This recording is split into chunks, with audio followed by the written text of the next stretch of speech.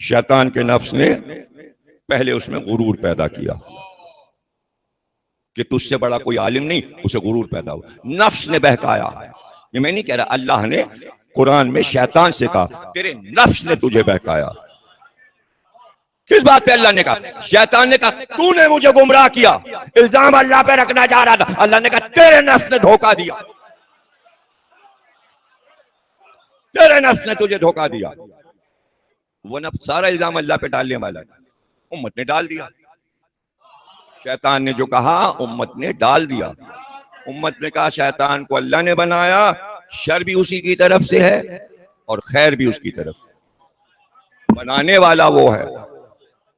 اب نفس کا فلسفہ امت نہیں سمجھی. اگر نفس کا فلسفہ سمجھ میں آ جاتا، جہاں سمجھنے کا موقع ہوتا تھا وہاں دماغ ان کا آؤٹ ہو جاتا تھا. جب آیت آئی فمن حاجک فیہ من بعد ما جاءک من العلم فقل تعالوا ندعو ابناءنا وابناءکم نساءنا ونساءکم انفسنا وانفسکم ثم نبتہل فنجعل لعنۃ اللہ علی الکاذبین. اپنے نفسوں کو لاؤ. پیغمبر سے پوچھ تو لیتے نفس کسے کہتے؟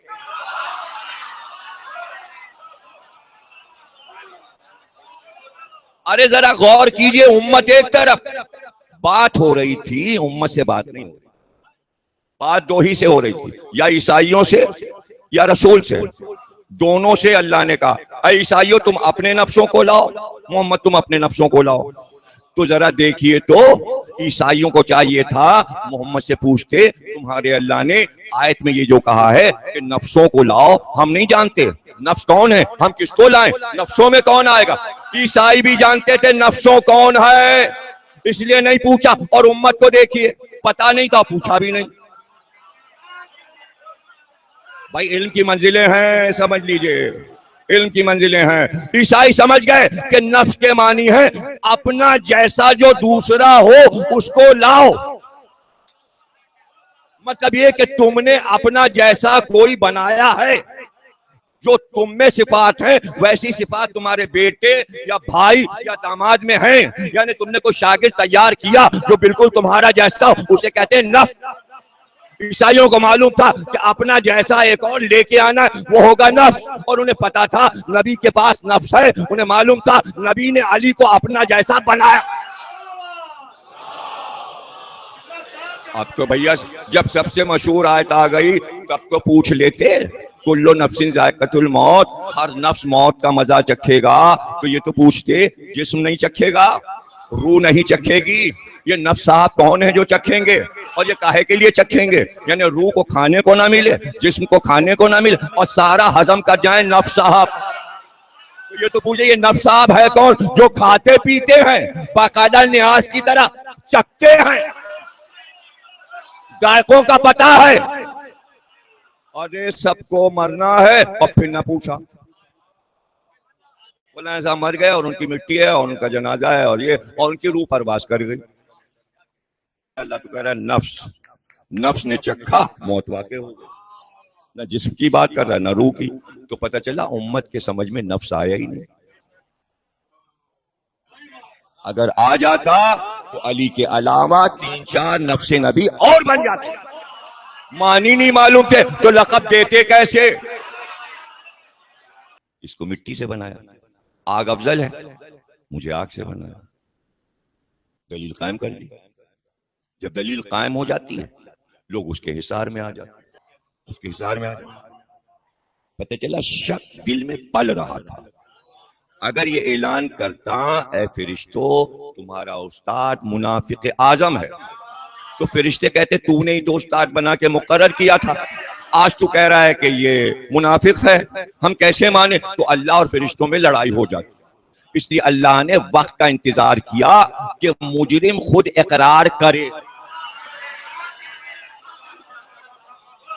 اور اس دن کا انتظار کیا جب آدم کا پتلا بنا دیا. اب اس کو ہوا حسد.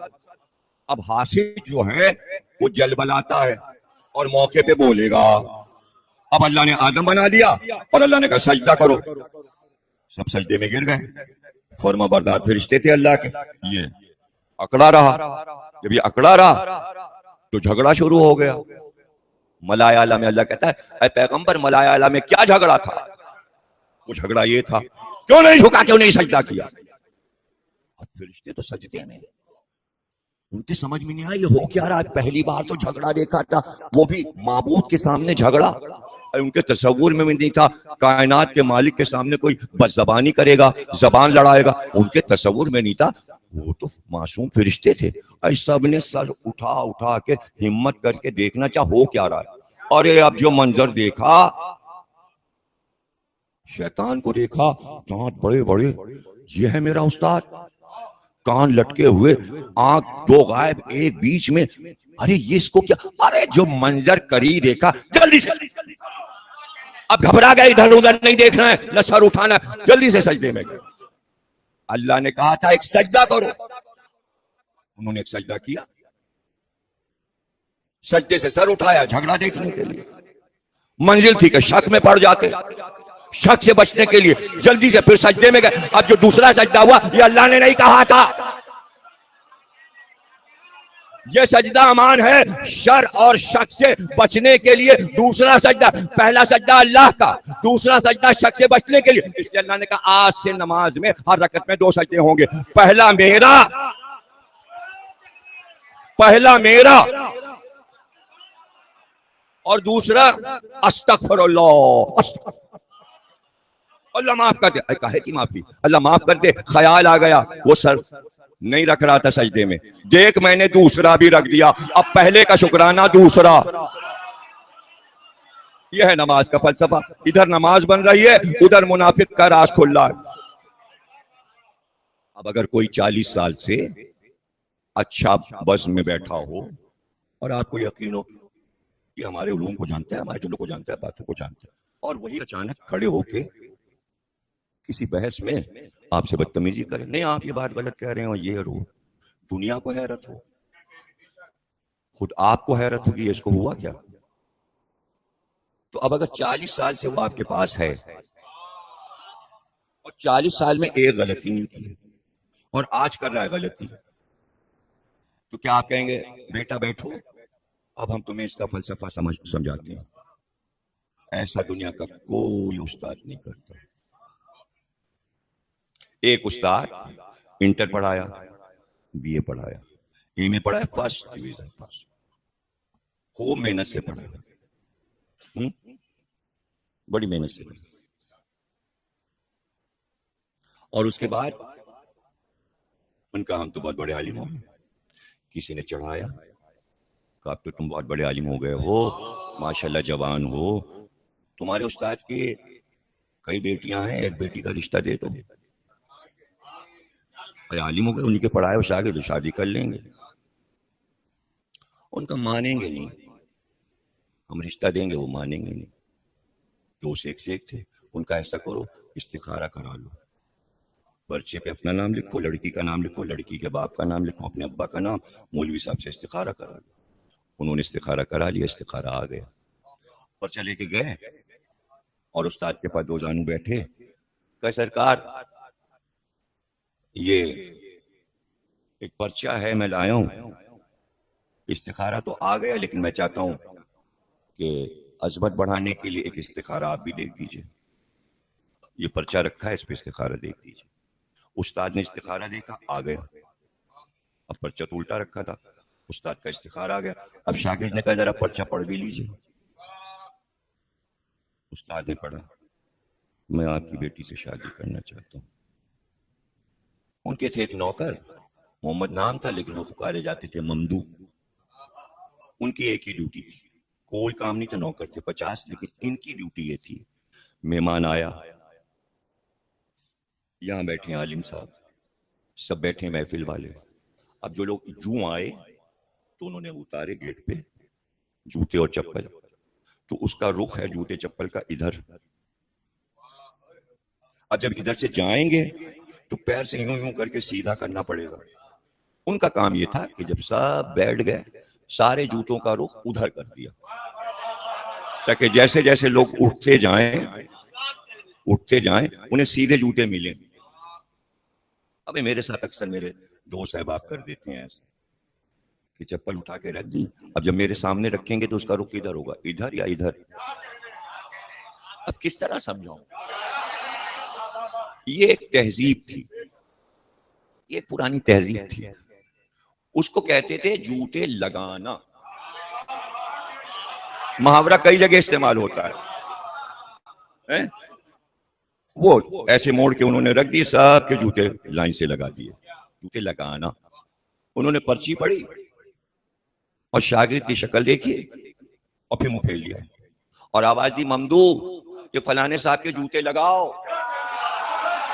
یار اتنی دیر سمجھایا اور وہیں کے وہیں رہے. محاورہ دو جگہ استعمال ہوتا ہے. ان کے جوتے لگاؤ مطلب کام وہ کیا ہے کہ جوتے پہنو اور جاؤ اور جوتے لگاؤ، اور وہ بھی حقیر نوکر سے کہا جوتے لگاؤ. نہیں کچھ نہیں سمجھے. علم اس منزل پہ پہنچا کہ نفس نے بہکایا، راستہ وہ تلاش کیا جو جائز نہیں تھا. یعنی نفس ہمیشہ یہ بتاتا ہے غلط راستے پہ چلو، یہی صحیح ہے. شیطان سے نفس نے کہا اس وقت یہی بہتر ہے کہ تو نے سجدہ نہیں کیا، دلیل قائم کر اللہ پر کہ مٹی تو نے بنائی، آگ بھی تو نے بنائی، آگ افضل ہے اور مٹی جو ہے مفضول ہے. نفس دھوکہ کھا گیا، اسی کو کہتے ہیں نفس دھوکہ کھا جانا. نفس نے کیا سوچا؟ نفس نے سوچا دلیل نکل آئے گی، اس لیے کہ مٹی حقیر ہے، پیروں کے نیچے ہوتی ہے، آگ جو ہے اوپر جاتی ہے تو آگ بلندیوں کی طرف بڑھتی ہے، مٹی نیچے کی طرف. ایک آپ نے مٹی کا برتن پھینکا تسلا، مٹی پھسل کے نہیں سمجھ. مٹی ہمیشہ مٹی کی طرف جائے گی، مٹی نیچے کی طرف جائے گی. اور آگ جلائیے، جتنی تیز جائے گی ریجن پلازا کی بڑھتی جائے گی. اب بجھانے والے نہ ہو تو اور تیز بڑھتی جائے گی. اور ابھی کئی ملکوں میں آگ کا شورا ہے، کئی ملکوں میں لگی اور لگتی چلی گئی، لگتی چلی گئی. یہ چوتھا ملک ہے پاکستان جہاں لگی، اور اس سے پہلے تو ابھی پنجاب میں وغیرہ وغیرہ میں لگ چکی. اوپر جاتی ہے، شعلے اوپر جاتے ہیں. دلیل قائم کی آگ عظیم ہے، اوپر جاتی ہے، مٹی حقیر ہے، نیچے جاتی ہے. اب اللہ سمجھاتا، اس لیے کہ دلیل میں وہ یہی کہتا کہ آگ تو افضل ہے، اوپر جاتی ہے بلندیوں کی طرف، مٹی تو حقیر ہے، نیچے کی طرف جاتی ہے. لیکن ماہیت نہیں جانتا تھا، عالم ہو کر جاہل رہا، اس لیے کہ منافق تھا. نفس نے دیا دھوکہ، اس لیے کہ مٹی آگ سے 50 فضیلتیں بلند رکھتی ہے، اس میں ایک کے نیچے جاتی ہے تاکہ بتائے کہ میں منکسر المزاج ہوں، میں حقیر ہوں. اپنے رب کے سامنے آگ غرور میں اوپر بڑھتی ہے، آگ میں غرور ہے اس لیے اوپر جاتی ہے، زمانے کو جلاتی جاتی ہے. مٹی کسی کو برباد کرتی نہیں جاتی. اب فضیلتیں بڑھی. مٹی کیا ہے؟ امانت دار ہے. آگ کیا ہے؟ خائن ہے. خائن ہڑپ کر جانا، کھا جانا کسی کا مال، خیانت کرنا. اور امانت جو دیا، امانت ویسی واپس جائے. تو اللہ یہ سمجھاتا کہ تمہیں پتا ہے ایک مٹھی گیہوں لو، ایک مٹھی جو لو، وہی مٹھی مٹی میں ڈالو. دانے تھے 100، درخت نکلے 2000، ایک دانے پہ 10 پودے بڑھ گئے. جتنا دانا لیا تھا ایک پاؤ گیہوں دیا 2 کلو گیہوں. ایسی امانت دار کہ بڑھا کے دیتی ہے. اور آگ میں ایک مٹھی گیہوں پھینکا، پتہ ہی نہ چلا، آگ نے جلا کے راکھ کر دیا. خائن ہے، اناج میں خیانت کرتی ہے. 50 فضیلتیں اوپر ہیں مٹی کی آگ سے. اب یہ سبق اللہ اب پڑھاتا نہیں سمجھے. ایم اے کر لیا، بی اے کر لیا، فارغ ہو گئے، تہذیب مجلسی نہ سیکھی. جس عالم سے سیکھا تھا وہیں بدتمیزی کر بیٹھے، نفس نے تباہ کیا، نکالے گئے. اب یہ ہوتا ہے طریقہ کار کہ جب برسوں پڑھے شاگرد اور پھر وہیں ابو جہل رہے تو دوبارہ سبق شروع نہیں ہوتا، بلکہ استاد کہتا ہے نکل جا، جب شیطان نے بدتمیزی، اللہ نے کہا اخرج، نکل جا. جب نبی نے کہا قلم کاغذ لاؤ، کہا ان کو تو ہذیان کا نکالو.